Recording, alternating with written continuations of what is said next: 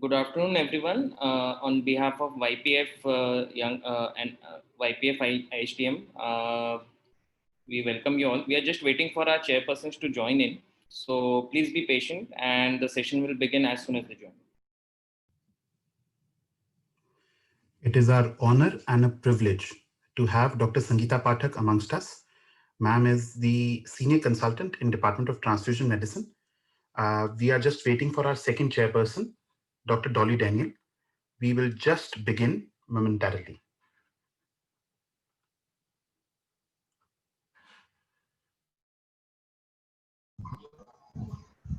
Yes, ma'am also has joined.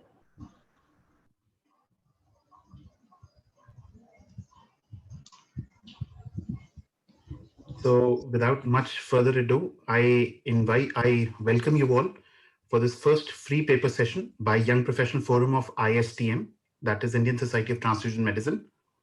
I will be handing over the reins of today's program in the able hands of Dr. Mohammad Rafi and Dr. Puneet Jan. Over to you. Thank you, Ekat, for the kind words. So it's my pleasure to introduce the chairpersons for today's session. I'll begin with the alphabetical order. And just a question, is the screen visible? No. Yes, it's visible. Yes. So it's my pleasure to introduce Dr. Dolly Daniel, Madam, as a chairperson for this session.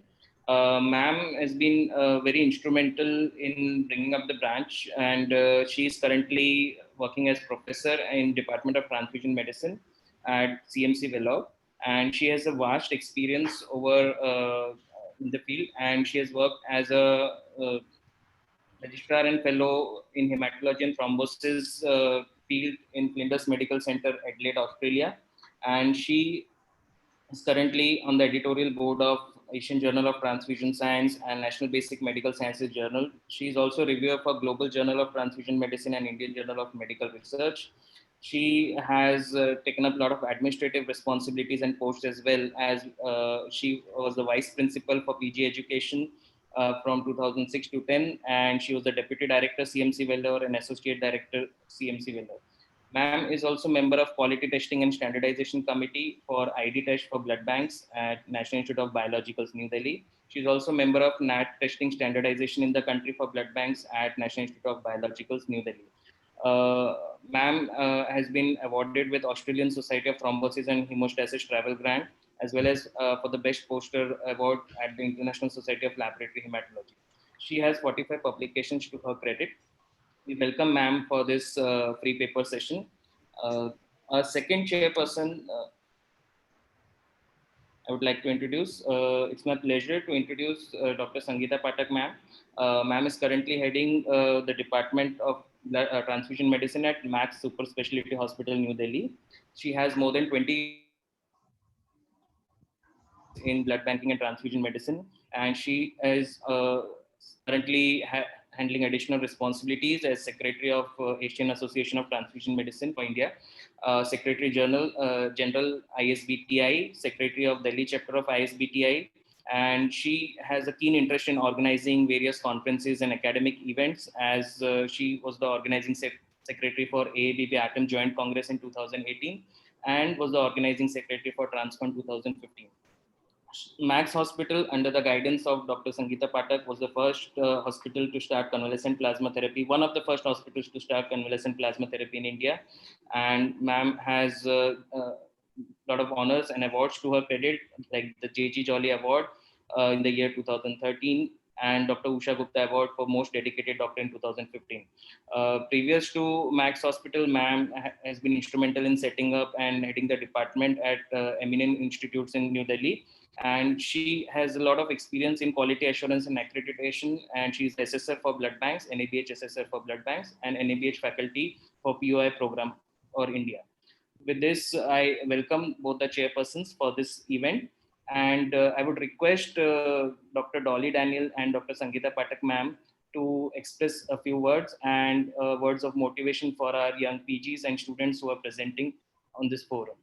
Over to you, ma'am, Dolly madam, and Sangeeta madam. Sangeeta, you want to start? No, you start, ma'am. You should start. You speak first. No, seriously. Yeah. Anyway, thank you to Dr. Aikaj and the team. I think it's very special to be part of a youth forum. I think in a sense we've been, well and surely categorized as senior citizens, but I think it's a real privilege to see youngsters and, who generally give us that energy and vigor. So we look forward to hearing you and hope that it'll be a great interaction. Thank you. So if I would speak, good afternoon to all of you. And ma'am, good afternoon to you as well. And as you said, I kept on wondering when ICAS has started this youth young professionals group. So in fact, I must have asked him also once, कि किस age तक है ये group? Just let me know that. And are you within that age group or not? Because all of a sudden you felt left out. Arey, kya, the seniors are not including the juniors are also not including you. So where do you stand actually? but anyways, jokes apart, ICAS, you're doing a wonderful job. A wonderful job. And as youngsters, we never got such platforms to come up. And in my times, it was a big question even to continue with the transfusion or not. And I'm really happy for the youngsters that they have got leaderships like you who can put them to in certain, forums like this where they can discuss and where they can be with the seniors, the not so-called seniors like me also. I don't know where do I stand. So, but really thankful to you for all these youngsters that you put this effort and brought them together. And we wish to see a very, these 3 papers, they're really good and we would like to hear from them. So over to you. Thank you so much. Before we proceed, I must say, I'll tell you where both of you stand. From the experience, you are super duper seniors. And from the vigor and vivaciousness, you are amongst the college girls we know. And thank you so much. In the same breath, I must thank all the team that is associated with us, the team of Young Professional Forum, Dr. Puneet Jain, Dr. Mohammad Rafi, Dr. Ankit Mathur, Dr. Rizwan Javed, and Dr. Suvro Datta. It's a collective team effort, like 5 fingers of a hand. We work together, we work without any posts, and just selflessly promoting academics. Over to you, Puneet. Thank you, Aikaj, for the very nice discussion over the senior and junior. And let's begin the session. On behalf of the chairpersons, I would like to invite our first presenter for the day, Dr. Arun from Dr. Arun is a 3rd year junior resident at AIIMS Jodhpur, and he'll be presenting on prevalence and specificity of clinically significant red cell alloantibodies in pregnant women, a prospective study from Tertiary Care Hospital in Western India. Requesting Arun to please start sharing the screen and start the presentation.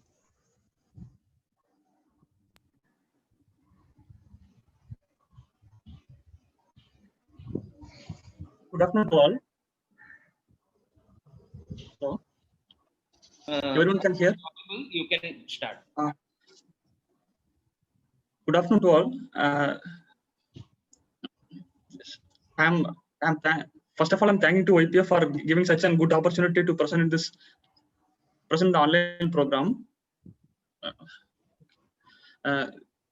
Today's my topic is the prevalence and specificity of the clinically significant red cell alloantibody in a pregnant woman. It is a prospective study from a tertiary care hospital in the western part of India. Introduction. The immune mediated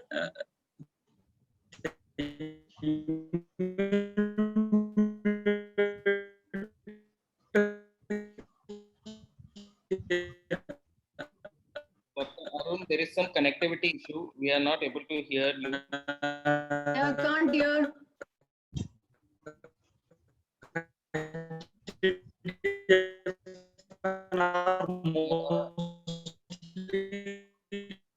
Dr. Arun,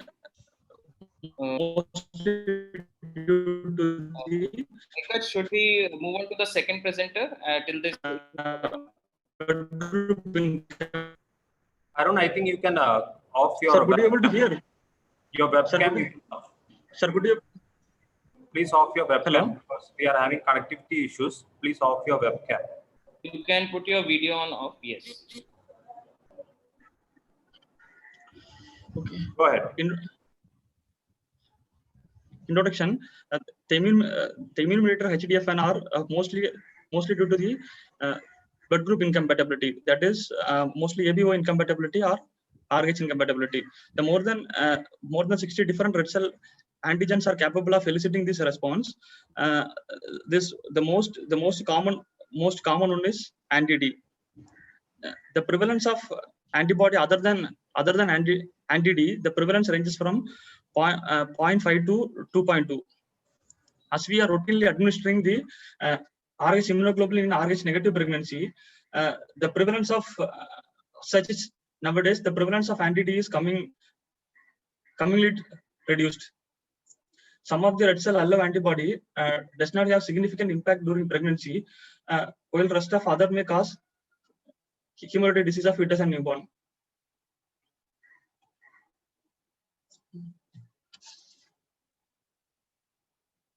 It is crucial to identify such kind of pregnancy early as possible.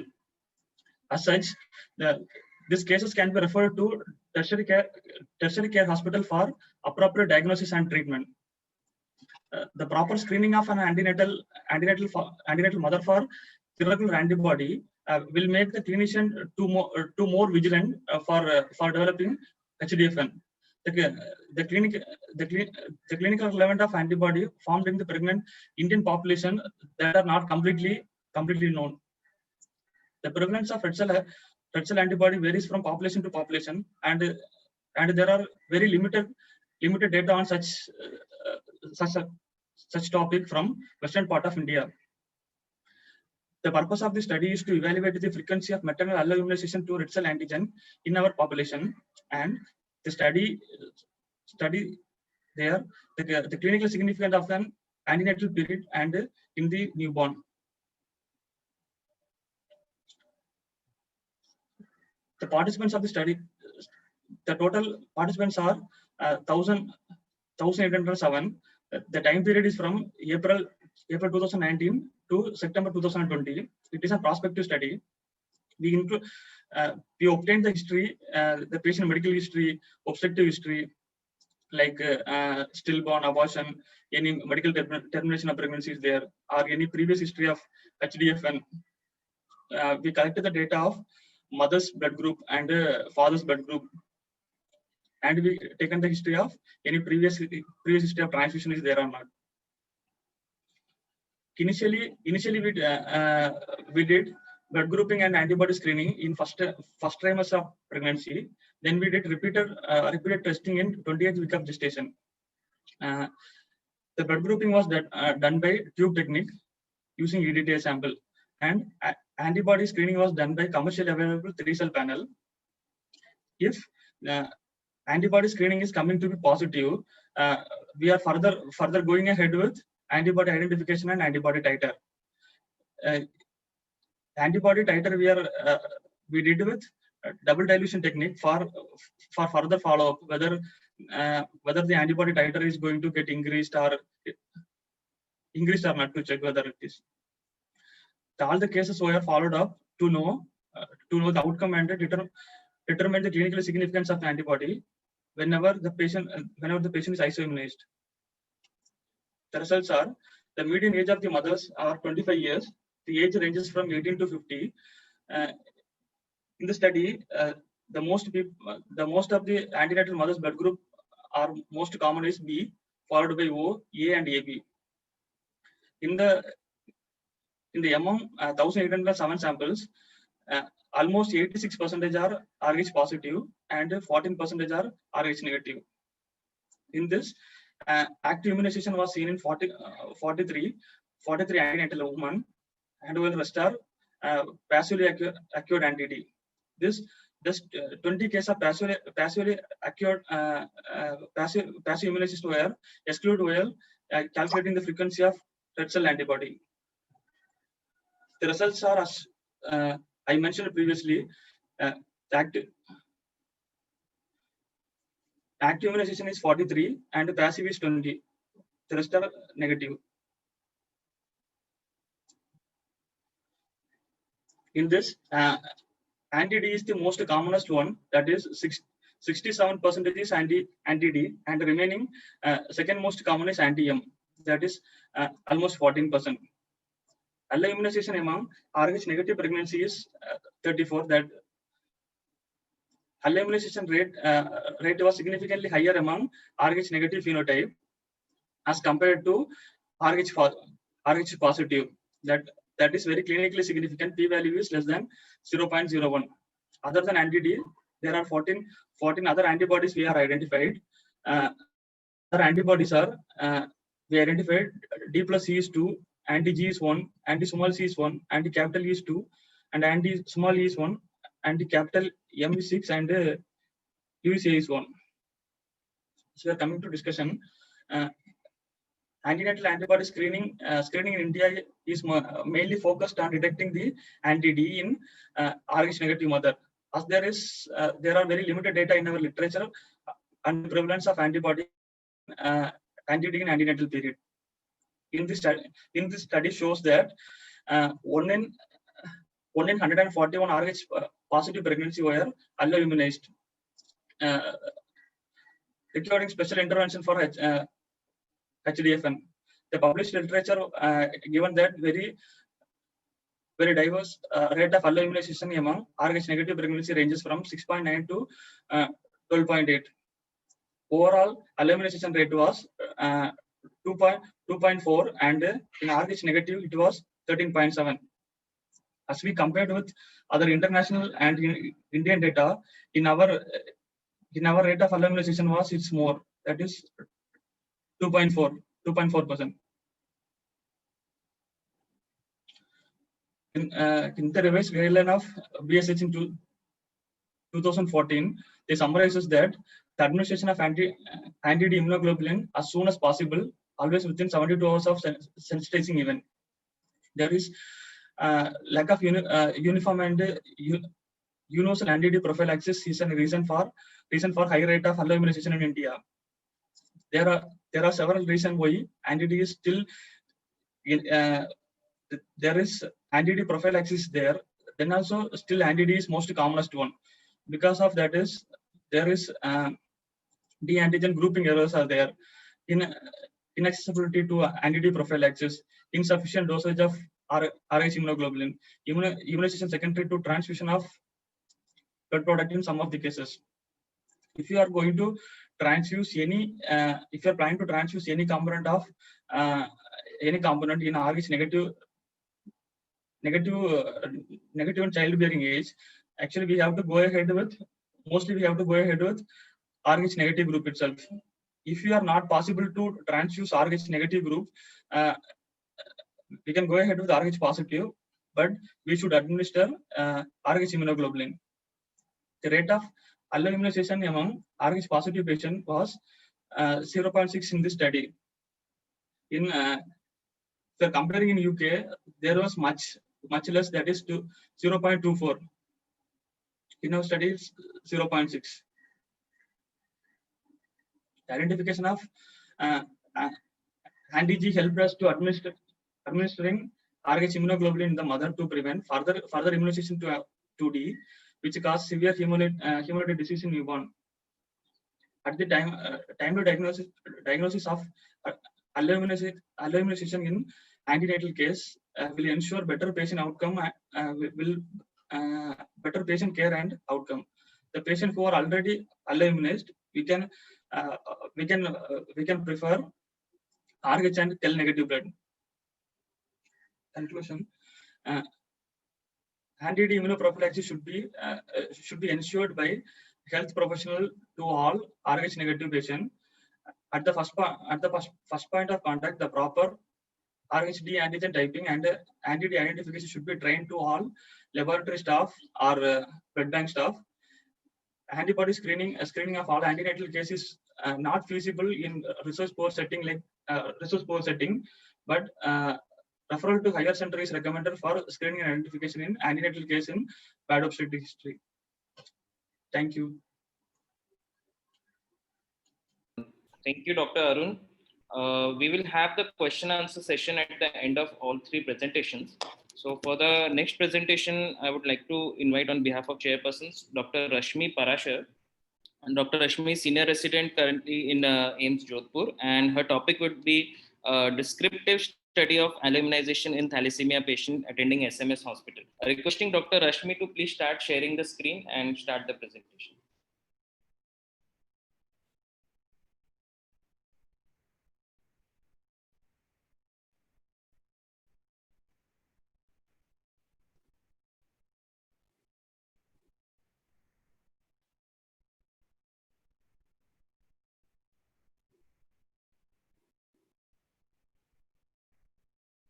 Dr. Rashmi.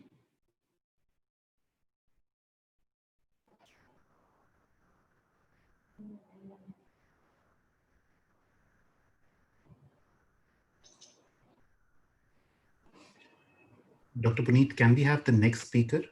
Yes, sure. So we have Dr. Pallavi Singh, who is second year junior resident at AIIMS Jodhpur.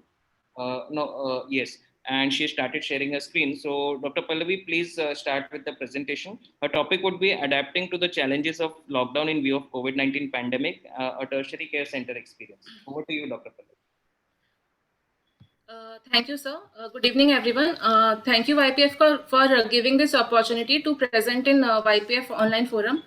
My topic is adapting to the challenges of lockdown in view of COVID-19 pandemic in our hospital. There are about 44 million COVID cases worldwide and 8 million cases in India. Government of India implemented various measures to control spread of this virus, including Janta curfew and lockdown. The largest ever lockdown anywhere in the world, it involved 1.38 billion people. It was started since 25th of March 2020 to flatten the curve of COVID-19, and it is being implemented in various phases. The lockdown came with its own set of challenges for a blood center, including supply side shortages due to decrease in donations and uncertain demand of blood components. We did this study in the months of March and April 2020.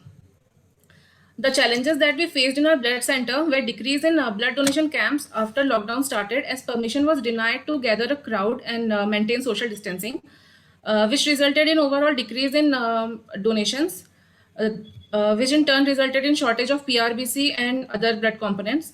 We also faced a shortage of PPE and other consumables, as they were difficult to procure due to hampered transportation. The aims and objectives were to identify the challenges faced by blood center during COVID-19 and managing blood component inventory during a pandemic, and also to prepare for future disasters. We did a study under 4 categories, that is donor management, inventory management, patient management, and staff management. In donor management, as there was no movement of people in the city, we called the donors amongst our AIIMS staff to come and donate blood. We also took help of social media like Facebook and WhatsApp for donor motivation. It also made it possible for donors to directly contact us and took appointment for blood donation. Donations were spaced as per our inventory requirements to ensure, and it also ensured social distancing by utilizing the scheduled appointment option. Donor passes were issued for ease of movement of donors across the city. These passes were valid for 1 day, and it was for the distance between their house and our blood bank. Donor education was done during and after donation. In donor education, it was mainly done to promote knowledge to bring about the attitudinal change and beliefs regarding blood donation in COVID pandemic. Also to educate the donors about self-selection and self-exclusion. So they are more likely to understand the situation and therefore may be able to either self-defer or answer the donor selection questions more easily. And also they'll understand the situation, that what actions are taken by the blood center and why those actions are taken. They were also advised to self-defer if they have any symptoms of COVID or any contact with COVID patient. We also updated our SOP for donor screening and blood collection process to accommodate recent changes. We implemented safety measures including primary screening at the point of entry into the hospital premises for signs and symptoms of COVID-19. And also social distancing in waiting and refreshment areas. And we had evenly spaced appointments for donors and thorough physical examination, which included temperature checks before donation and more frequent cleaning of donor couch, etc. Also, answering donor queries regarding blood donation is important. They had queries like safety during donation, which was ensured by social distancing. And also donors had questions about transmission of COVID-19 through their donated blood. So they were informed about lack of evidence of both airborne and transfusion-associated transmission of COVID. And they were asked to report back to the blood bank if they developed any signs and symptoms of COVID for next 28 days. This is the graph showing total number of donations and percentage of voluntary blood donations week-wise for the months of March and April. As you can see, we had 44 donations in first week of March, out of which 6.82% were voluntary. Usually we have around 100 donations per week with 60 to 70% voluntary donations. This there was a fall in first and second week of March. It was because of less turnout of donors in blood camps due to fear of corona. There was slight increase in third week. It was due to our AIM staff coming forward to donate blood. But after fourth week of March till around first week, we had this sudden dip because all the movement across the city was stopped during lockdown, and also our students were asked to go home, thereby decreasing our donor pool significantly. Later on in April, we saw increase in voluntary donations as we were actively calling for donors using social media and other means. And also we were issuing temporary donor passes for traveling of donors. Also, there was a constant overall decrease in blood donation in April as the elective surgeries were stopped and OPDs were shut down. So we were maintaining our inventory according to our need. Coming to inventory management, we calculated the baseline component inventory, and also the demand and transfusion rates of all the departments in our hospital was assessed retrospectively for past 6 months. The departments were divided in 4 categories depending on their need for emergency transfusions. Surgical super specialties like neurosurgery and cardiothoracic surgery, etc., had about 30% transfusions in emergency situations. Similarly, general surgery, ENT, OBGYN had 50%. Orthopedics, ICUs, medical specialties, and super specialties had around 70% transfusions in emergency situations. In oncology, hematology, and trauma in emergency, the transfusion requirement was expected to be similar to pre-COVID time. So overall calculated monthly and weekly PRBC demand was around 220 per month and 51 units per week respectively. In this graph, we have calculated our PRBC inventory before lockdown, which was around 160 units. After lockdown, as the elective surgeries were suspended and OPDs were closed, the requirement decreased. The new projected PRBC inventory target was around 100 units. The discard rate due to outdated units for PRBC and RDP for the previous year was 0.1% for PRBC and 34% for RDP, which later in 2020, during March, 27% of RDP and 27% RDP in March and 6% RDPs in April were discarded, and there was no discard of PRBC. Therefore, a demand-based collection and allocation plan will help to avoid shortage as well as prevent expiry of the collected units. Staff management, healthcare workers are at increased risk for contacting COVID-19 than the regular population as they come in contact with infected cases unknowingly, and also they can transmit it to many others. The measures taken to decrease the chances of COVID-19 were making available appropriate PPEs, imparting training to staff in view of new changes. Also, the samples of COVID-19 patients were handled in separate biosafety cabinet with its own centrifuge. Samples were opened in corkscrew fashion 10 minutes after centrifugation was done to prevent aerosol generation. The staff was divided into 2 groups, each of which would exclusively report to duty alternatively to ensure availability of staff in case any healthcare workers is reported COVID positive. Patient management, PBM has already been employed at our institute, which resulted in 65% decrease in PRBC over the expected requirement in the year 2018 to 19, based on the actual demand of the past 3 years. The dose for transfusion-dependent thalassemia patients were increased to 20 ml per kg body weight as against the previous 15 ml per kg in select cases to increase the transfusion interval and decrease the frequency of visit to the hospital.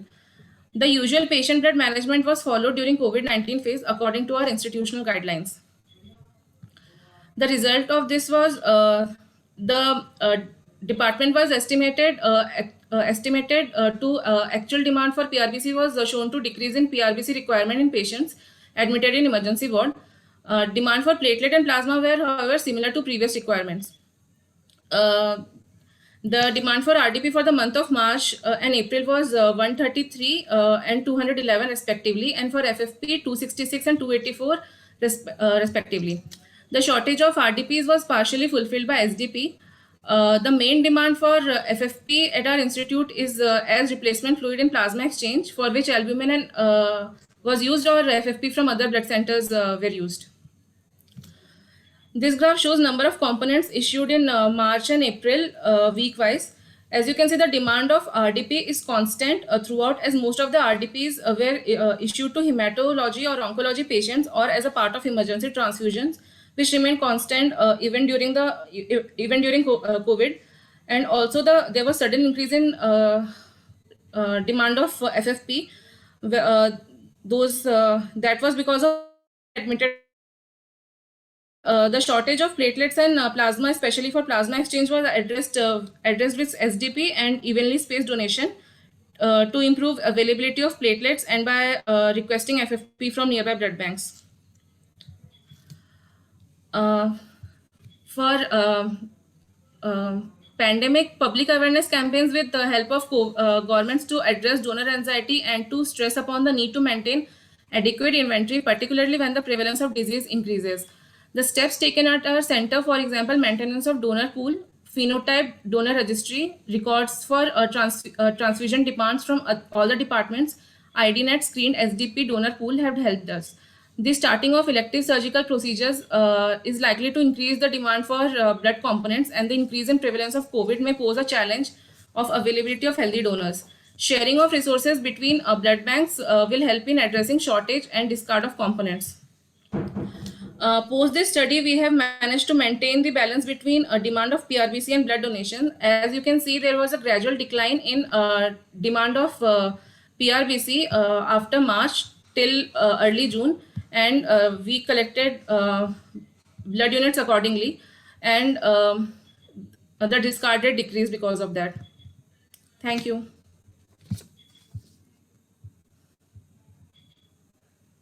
Thank you, Dr. Pallavi.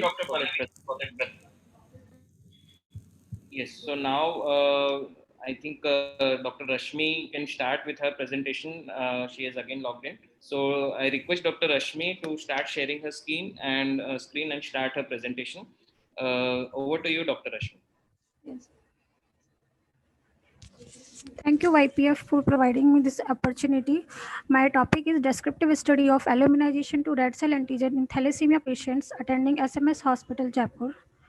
And as we know, thalassemia is an autosomal recessive disorder characterized by destruction of the red blood cell due to variant or missing gene that affect the hemoglobin formation.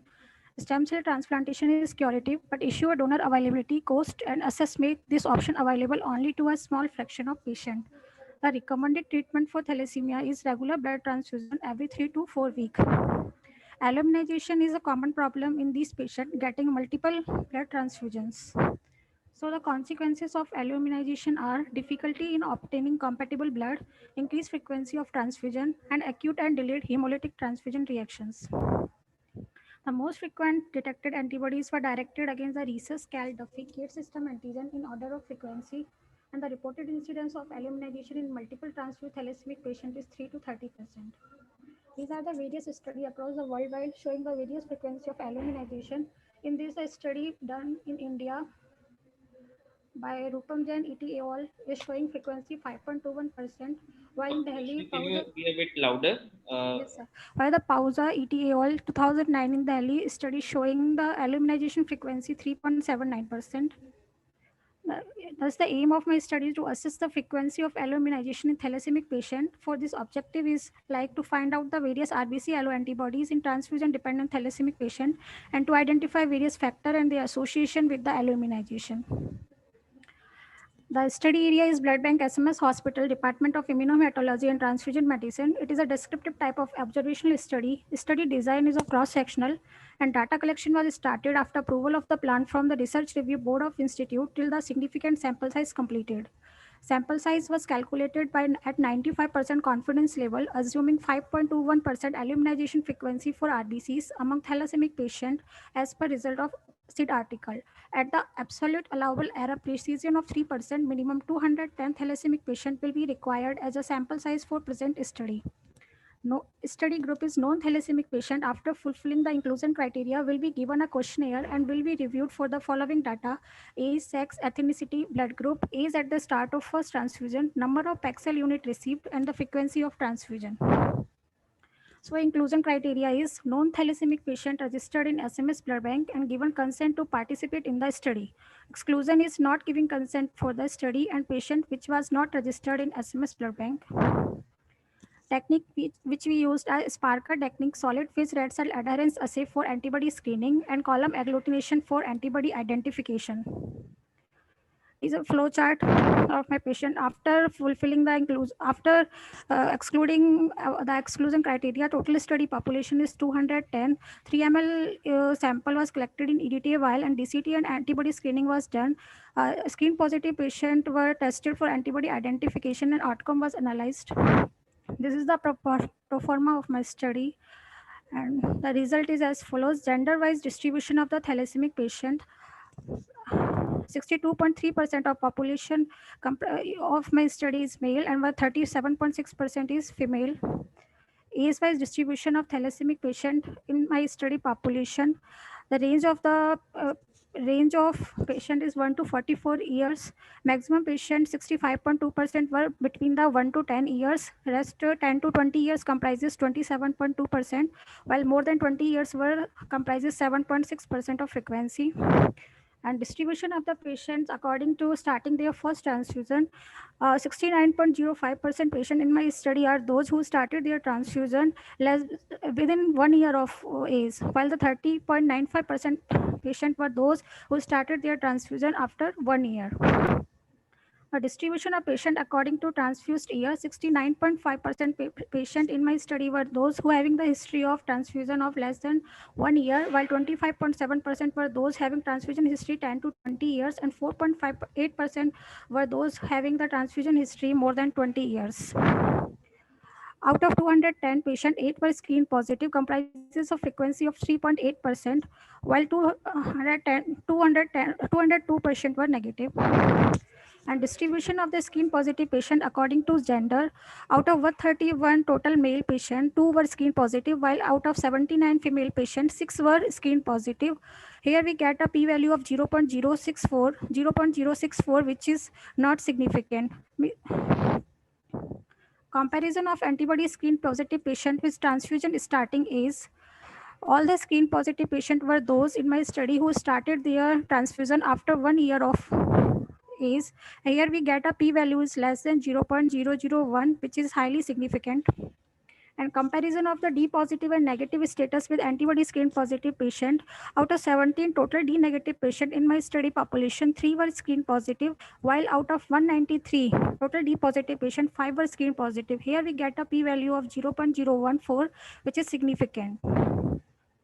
Comparison of patient age with antibody screening result. Out of 16 patients having the transfusion history of more than 20 years, 4 were screen positive, while out of 137 patients which having the transfusion history less than 10 years, 4 were screen positive. Here we get a p-value less than 0.001, which is highly significant. And distribution of the alloantibodies and autoantibodies in the patient. 7 patients in my study having the alloantibody, while the 1 patient in my study having autoantibody. Distribution of the alloantibodies in patient. In my study, anti-D alone was found in 2 patients, while anti-E alone was found in 1 patient. Anti-E with combination with anti-small c is seen in 1 patient. Anti-K alone was found in 2 patients, while anti-D with combination with anti-capital C was found in 1 patient. Out of all the screen positive patient, RH comprises the 71.4% of frequency, while KL comprises the 28.5% of frequency. So the discussion in the present study, the frequency of alloimmunization were 3.8 which is similar to the other study in India, Sood RET AOL 2013 and Pausa ET AOL 2009 also found the frequency 4.24% and 3.79% respectively. There is a no significant association was seen between the rate of alloimmunization and patient gender. P-value we get a 0.064, which is similar to other studies like Amin RET AOL 2003 and DEI Danusari ET AOL 2012. So there is a significant association was seen between the patient age and the rate of alloimmunization. Here we get a p-value less than 0.001. Alloimmunization was more in patient age above 20 years. And Sircha ji ET AOL 1985 and Pandey ji ET AOL 2014 also found result. Low risk of alloimmunization in the lesser age group is due to the immature immune system and some form of the acquired immune tolerance to the allogenic red cell antigen. There is a significant association was seen between starting their first transfusion and rate of alloimmunization. P-values less than 0.001. Spanos et al. Also found high frequency in those transfers started before the age of 3 years than in those started later, 20.9% versus 47.5%, which started their transfusion after 3 years. A significant association was seen in the rate of alloimmunization and D positive status of the patient. P-value we get a less than 0.014. Alloimmunization was more prevalent in D negative population as compared to D positive population in this study. The anti-D allo antibodies were seen in our patient. Although D-match blood, RSD match blood were used, this is likely because of the transfusion of red cell with weak D antigen that was not detected during the pre-transfusion testing or epitopic diversity of the RSD variant. Similar results were seen reported in DK Bhuva ET AOL 2017 and MS Sadegan ET AOL 2006.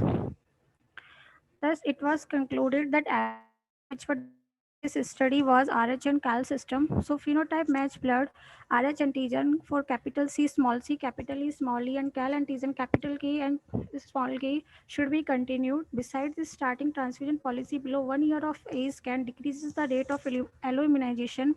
Extended phenotyping beside RH and Kyle is not cost effective on the basis of present study, and specific emphasis on weekly testing should be given. Thank you. Thank you, Dr. Arun, Dr. Pallavi, and Dr. Rashmi for the presentations. I would now like to hand over to our chairpersons for questions and any comments over the presentation. And ma'am, Dolly ma'am and Sangeeta ma'am, over to you. You may please ask some questions or some comments about the presentation. Then we will open the floor for questions for others. Dolly ma'am is there? Yeah, Sangeeta, you go. Ma'am, you can. No, Okay. You start, please. So if I start with the first one, the prevalence and specificity of clinical significant red cell or allo antibody. Dr. Arun, that was a very wonderful presentation. It was really nice. And a few comments that I have for you are that you wrote about this quantification. There is one at one place you told about quantification by double dilution method, but I have not seen anywhere you not mentioning anywhere about the titers in your entire presentation. One comment was that. Second comment was the results of antibody screening test. You gave the positive test, they were 63 and active cases were 43 and passive were 20.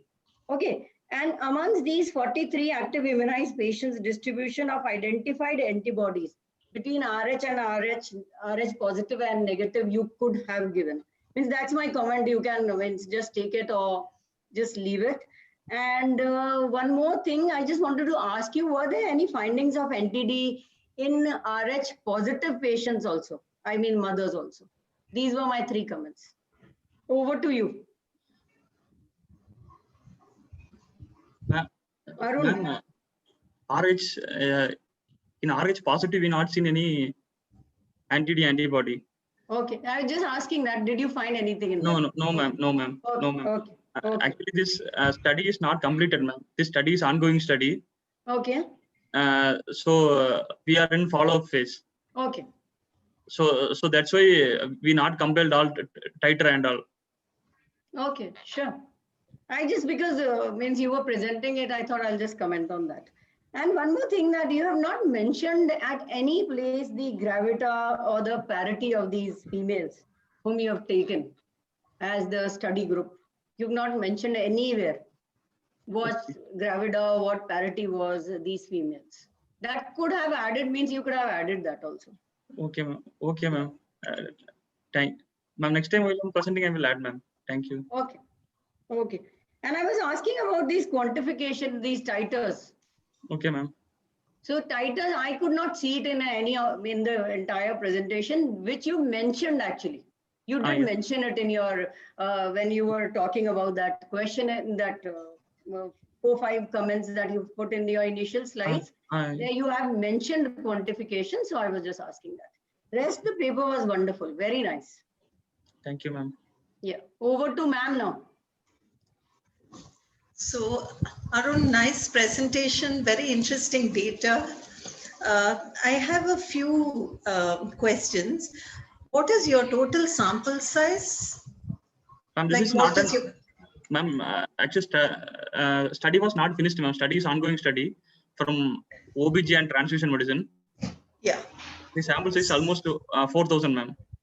So your It is not calculated completed. sample size is It is not 4,000. completed study, ma'am. It is Okay, not but completed. sure, but your calculated sample size is 4,000, is it? Yes, ma'am. Okay, okay. So maybe it's important you put that out so that we know that there is a, number which has been calculated to power your study. Okay. Okay, so that's one thing. The second thing is you had mentioned something about your father's sample being collected. Yes, ma'am. Being done for anything specific? Ma'am, if some antibody is there in the mother, we are cross-checking the same antigen is there in the father or not. Okay, so you're phenotyping both the mother and the father once you identify an antibody. So you haven't started that bit of your experiment either? Actually, ma'am, simultaneously we are doing, but actually this is a not complete paper. That's why. Okay. The other comment I had was that your Rh negative to positive is, I think you had quite a large number of Rh. The percentage of Rh negatives in your population is quite large, no? 13 or 14% you said. Is that right? Yes, ma'am. Yes, ma'am. It's higher than what we see in the south, at least. Yes, ma'am. Sangeeta, is it different for you? Yes, it is. It is lesser. This 13 to 14% seemed a very a big number, which is actually somewhere between 6 to 8%. Yeah, 5 to 7. Yeah, that's the kind of percentage. Sometimes this is. Sometimes it is made to. It may be due to it is a referral center. So many cases are referring from other hospitals. That's why this number is quite little high. Because my corollary to that question was, is this a population-based observation also? Like in your blood donors, are you seeing a similar trend? Or is it because it's referral? So that was a query I had. But I think you've answered it, that it's probably a referral phenomenon in your this thing. The other thing is what you have labeled as passive immunization. Did you do titers? Yes, ma'am. If you are coming, the titer is less than 4, and we are doing in that titer is not increasing further. Okay, so we are in that we are labeling as passive. Passive. Okay, sure.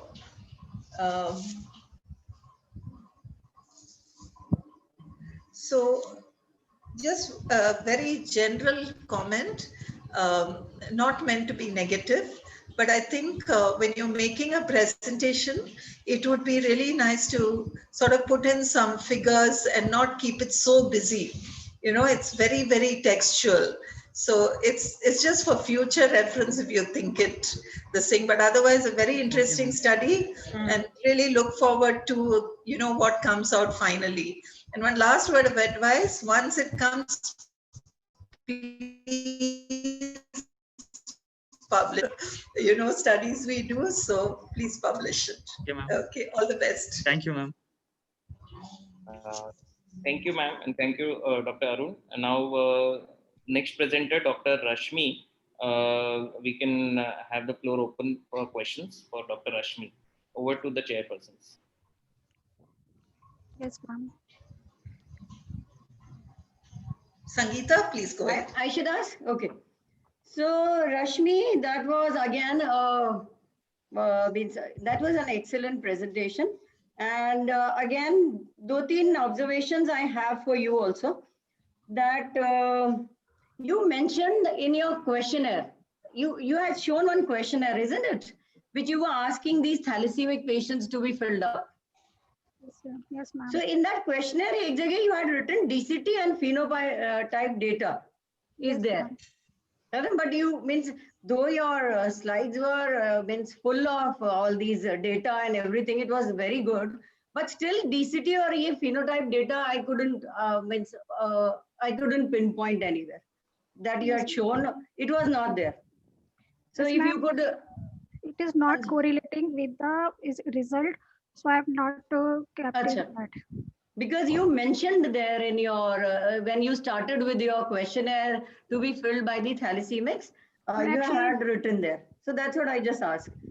Okay. And your alloimmunization rates were 3.8 in your thalassemics. Yes, ma'am. Isn't it? Hello? Yes, ma'am. So just means that is again a comment that you can add in your further studies with. You can just compare these rates with your other patients in the hospital. Not Yes, means ma'am. I'm just with the thalassemics is this much, and with your other patients you can compare and you can again do some study on this also. Yes, Because ma'am. you're doing this thalassemics, then you can do simultaneously that also. That was my suggestion. And one more suggestion was that you can throw some light on the number of transfusions that were received by the patient that you mentioned apart from the age. You can just include the number of transfusions that were received by these patients, that 1807, some cases that you've taken, isn't it? Yes, ma'am. Yeah, you can just mention them if you mean, sir. That was my again observation. And what I felt from your that you are already giving RH and KEL matched blood to your patients just now. And do you have some data which you can compare with when you were not giving these, means when they have not received and when they have received only ABO matched blood in the past? Do you have some data with that also? So that you can compare with that if you have some data in No, your ma'am. retrospective. No, ma'am. Actually, we started the phenotype match blood before at least 5 years back. So patients all having the history of 20 years or more than transfused years, already having a history of phenotype and non-phenotype match blood. Okay. RH and KEL started only before at least 5 to 6 years before. Okay. So we are trying to further extend the phenotype matching or continue with RH and KEL only. Okay. These are my 2-3 observations. Over to Madam. Hi, Rashmi. That was again a very interesting study. And like Dr. Sangeeta said, that's 3.8% of alloimmunization as opposed to like the 10 and 15% that we're seeing in pregnant women. For example, there's a huge disparity. So I think it's a good place to sort of, start working on. I had one question. This, you had talked about antibody variation dependent on transfused years, right? Yes, ma'am. But is there any, what was the median age of these individuals? Did it, and you had said it varied, if I understood it right, it varied depending on the time when they started transfusion, yes, which was after 1 year, I think. After 1 year, yes. And then also varied with the number of transfused years. So is there a connectivity to the frequency of transfusions? I think I'm coming back to the same question as Dr. Sangeeta in terms of the number of transfusions. Yeah. Yes, ma'am. You have that data. If you did, then it's, it would have added. Exactly. Actually, the transfuse years I have choose because sometimes patient get transfusion outside our institute, so we miss that data. So I have recorded the history of total transfuse years. But it means first started when he first start their transfusion, and now transfusion history up till date. So. Okay. So we can't calculate. So exact number you say will not be accurate. Yes, ma'am. Yeah. Okay. Okay, sure. You said you found 2 KEL antibodies. Is that right? Yes, ma'am. Okay. Do you know what your KEL positivity or negativity rate is? Because for us, almost everyone's KEL negative. And I mean, you've got only 8 antibodies, out of which 2 are KEL. So I was just curious. No, actually, Chilano is having high frequency, but 3.71% having KEL antigen frequency also, capital P. Okay, sure.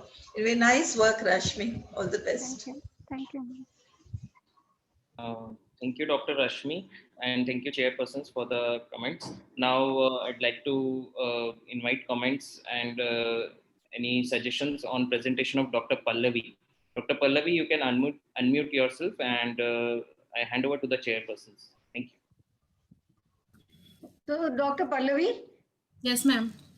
So that was looking at the COVID times. That was a good presentation, and but at places I was wondering on few things that why FFP आपका क्यों? Why are you taking FFP from the other hospitals? What for? एक तो ये question था मेरा. What shortage you have and what plasma exchanges all of a sudden क्यों हो रहे हैं तुम्हारे यहाँ पर? You said at one place you showed that the plasma exchanges have increased. So the plasma exchanges are being done for what? And you said the plasma is being used, FFP is being used for them, albumin and that, both are being used. But what shortage can it cause when FFP is already you have in stock with you, which lasts for a year, and all of a sudden if March and April affects, what shortages you could have that you have to take it from outside? This was one of the questions. You answer first, then I'll ask the others. Yes, ma'am. Ma'am, actually, plasma, the patients were the number of patients were same as before, but as we had decreased donation, and incidentally, all the patients that were coming to us were of the same blood group.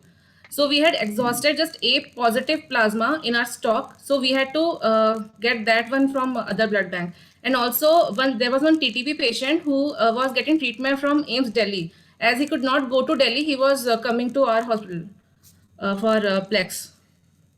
So actually that surprised me, why FFP shortage, because FFP we always are giving out to the Reliance or to these people in TUS. So that surprised me. Okay. Now one more thing. You at one place showed there was shortage of RDPCs, and that was fulfilled by SDAPs. And yes, ma'am. So you are maintaining a donor directory for your apheresis, so those people could come and donate, is it? Yes, ma'am. Okay, then it's okay, because that was fulfilled by SDAP and there was shortage of RDPC. So that again, I was wondering why it was so. Then you had, okay, you said PPE to all. To all your staff, PPE was given, isn't it? Well, just for my curiosity, what PPE you were wearing during this time? Just for my curiosity. Huh? Ma'am, only the staff that were testing these COVID positive samples. Huh. Or the ones who are involved in transportation of samples from COVID ward to our lab. And the ones who were involved from the COVID ward to your lab were not your staff. Yes, they are not meant to be your staff, isn't it? They are meant to be from the hospital staff. So your staff was being provided with some PPE was different than what they were transporting and all. तो I just एक जगह तुमने लिखा है PP का भी कुछ shortage था, शुरू में तुमने लिखा था वो, इसलिए मेरे को लगा एक बार पूछूंगी तुमसे कि PP what you were wearing at that time, means why you had the shortage and what PP you were wearing at that time. So that was one of my queries. And you mentioned that thalassaemic were the requirements of blood for the thalassemics was being looked after, and that was of course a problem during this time.